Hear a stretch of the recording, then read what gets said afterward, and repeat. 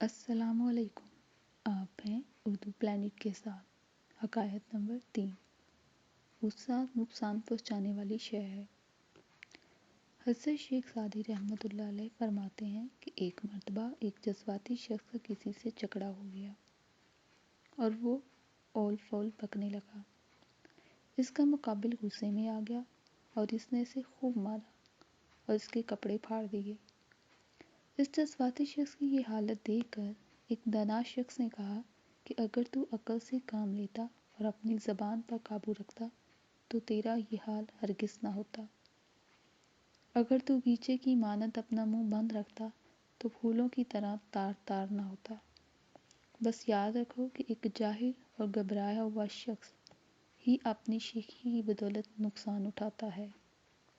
سب جانتے ہیں کہ زبان سر تا پاؤں تک آگ ہے اور یہ بھڑکتی ہے۔